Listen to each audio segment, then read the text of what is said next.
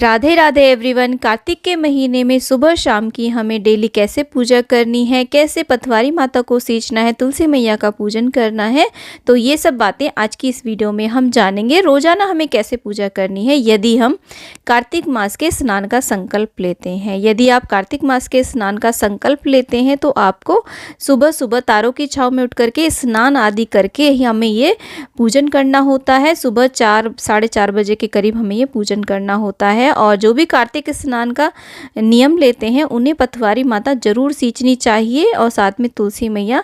आप चाहें तो मंदिर में अगर पथवारी है वहाँ पर भी जा सकते हैं, परंतु सुबह सुबह 4 बजे जाना संभव नहीं हो पाता तो आप घर पे इस तरीके से पथवारी माता की स्थापना कर सकते हैं। इनकी स्थापना कैसे की जाती है इसका वीडियो मैंने रिसेंटली अपलोड किया है, उस वीडियो का लिंक आपको डिस्क्रिप्शन में मिल जाएगा। आप देख सकते हैं कि कैसे आप और कब पथवारी माता को स्थापित करें।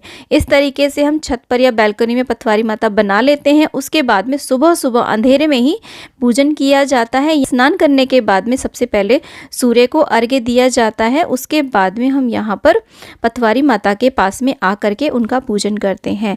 तो देखिए पूजन के लिए हमें क्या क्या सामग्री चाहिए। तो यहाँ पर दूध दही का भोग जरूर लगाया जाता है। अम्मा को दूध दही से सींचा जाता है। एक शुद्ध जल का लोटा ले लें, साथ में अगर आपको कुछ फूल आपके पास हो तो फूल भी आप रख सकते हैं। उसी के साथ में धूप दीप रख लें और भोग नैवेद्य में आप मीठे में कुछ भी रख सकते हैं, मिश्री, चीनी, बताशा, जो भी गुड़ भी रख सकते हैं। साथ में जो कार्तिक मास का महात्म्य की जो पुस्तक है ना वो आप पूजा में ज़रूर रखें, क्योंकि यहीं पर बैठ करके हम कार्तिक की सभी कथाएं सुनते हैं और महात्म्य भी यहाँ पर पढ़ते हैं या फिर सुनते हैं। तो देखिए जल का लोटा हम तैयार करते हैं, उसमें थोड़ा सा मीठा डालेंगे, बताशा, चीनी, मिश्री, गुड़ कुछ भी डाल सकते हैं।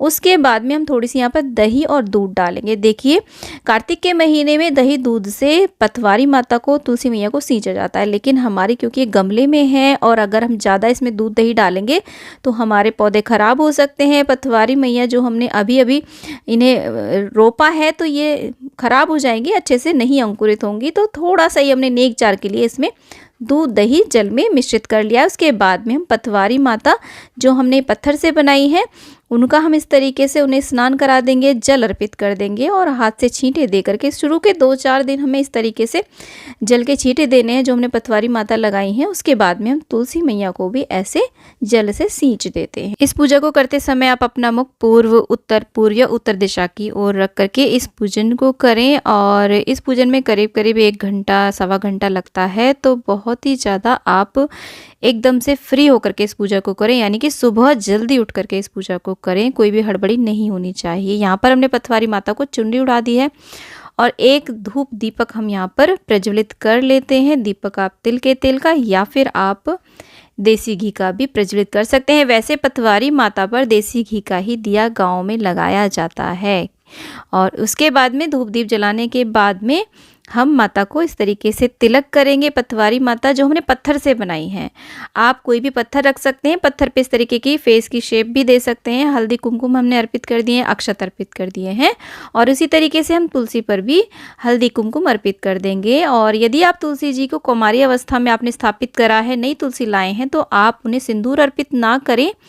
जब उनका देवउठनी एकादशी वाले दिन विवाह हो जाएगा भगवान श्री विष्णु के साथ में, तब आप उन्हें सिंदूर अर्पित कर सकते हैं। रोली, कुमकुम आदि आप उन्हें चढ़ा सकते हैं, लगा सकते हैं।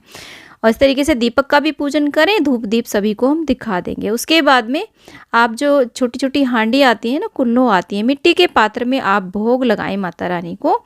और यहाँ पर हम दूध दही का भोग लगा रहे हैं। बहुत ज़्यादा हमने जल के लोटे में नहीं डाला था, इसलिए यहाँ पर अलग से रख दें। हो सके तो मिट्टी के बर्तनों में आप रखें। उसके साथ में मीठे में कोई भी आप भोग लगा सकते हैं, बताशा, मिश्री या फिर गुड़, चीनी आदि का भोग लगा सकते हैं। और इसके अलावा कोई भी फल हो उसे भी आप भोग प्रसाद के रूप में रख सकते हैं। पंचमेवा भी आप भोग के रूप में रख सकते हैं। अगर आपके पास फूल हो तो आप फूल भी अवश्य रूप से सभी को चढ़ा दें।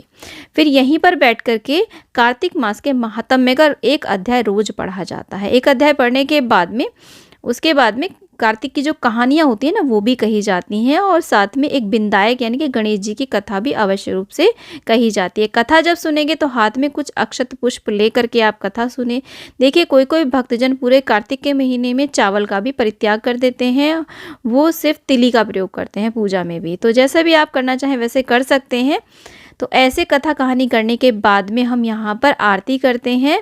पतवारी माता की आरती उतार देंगे, तुलसी मैया की भी हम आरती कर देंगे। आप चाहें तो इस पूजा में शालिग्राम भगवान को भी स्थापित कर सकते हैं, साथ में अपने लड्डू गोपाल जी को भी बिठा करके उनका पूजन आप यहाँ पर भी कर सकते हैं। विष्णु भगवान की मूर्ति भी यहाँ पर रख सकते हैं पूजा के समय। उसके बाद में परिक्रमा जरूर की जाती है। डेली आप परिक्रमा करें अपनी सामर्थ्य के अनुसार। आप चाहें तो देखिए 7, 11, 21, 51, 108 परिक्रमाएं डेली कर सकते हैं। देखिए हो सके तो यहाँ पर बैठ करके हरि के नाम का संकीर्तन अवश्य करें। इसीलिए इस पूजा में थोड़ा समय लग जाता है, और अगर आप ग्रुप में इस पूजा को करते हैं तो उसका आनंद ही अलग है। इस पूजा को मुख्य रूप से ग्रुप में किया जाता है। गांव में तो लड़कियों की, महिलाओं की, स्त्रियों की पूरी टोलियाँ होती हैं जो गाँव में बनी हुई पीपल पथवारी के पास जा कर के वहाँ पर तुलसी मैया को सींचती हैं, पथवारी माता को दूध दही से नहलाती हैं और फिर वहीं बैठ करके कथाएँ सुन करके और उसके बाद में यहाँ पर भजन संकीर्तन करती हैं। तो इस तरीके से अवश्य करें। तो ऐसे में सुबह की पूजा करनी होती है। सुबह की पूजा करने के बाद में ये जो दूध दही और जो भी प्रसाद हमने अर्पित किया ना पूजा के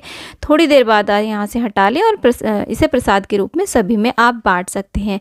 उसके बाद में शाम के समय यहाँ पर हमें दीपदान करना होता है। कार्तिक के महीने में दीपदान करना सर्वोत्तम कार्य बताया गया है। तो ज़्यादा से ज़्यादा जगहों पे हमें डेली दीपदान करना है। शाम के समय दीपदान करना है। सुबह को भी कर सकते हैं सूर्योदय होने से पहले, और सूर्यास्त के समय भी आप कर सकते हैं। तो घर की चौखट पर, घर के मंदिर में, और खुले आकाश के नीचे, आंगन में कर सकते हैं, चौराहे पे कर सकते हैं, गौशाला, किसी पवित्र नदी, सरोवर, तालाब के किनारे कर सकते हैं। और इसके अलावा आंवले वृक्ष के नीचे कर सकते हैं। आप चाहें तो केले के वृक्ष के पास में कर सकते हैं, पीपल के पास में दीपदान कर सकते हैं। तो ये बहुत सारे स्थान हैं जिन पर हमें दीपदान करना चाहिए। जितने भी ज़्यादा से ज़्यादा संभव हो सके उन स्थानों पर हमें कार्तिक के महीने में दीपदान अवश्य करना चाहिए। तो फ्रेंड्स, कार्तिक पूजा की ये वीडियो यदि आपको थोड़ी भी अच्छी लगी है तो प्लीज़ वीडियो को लाइक ज़रूर करना, और अगर आज आप हमारे चैनल पर नए आए हैं तो हमारे चैनल को सब्सक्राइब करना। इसी प्रकार की हिंदू रीति रिवाज, तीज त्योहार से संबंधित वीडियोस देखने के लिए आप हमारे चैनल को सब्सक्राइब कर लेना। बेल आइकन को भी प्रेस कर देना ताकि हमारी आने वाली वीडियोस की सारी नोटिफिकेशंस आपको मिलती रहें। तो कार्तिक के राई दामोदर आप पर सदैव अपनी कृपा बनाए रखें। जय श्री विष्णु, जय श्री कृष्ण।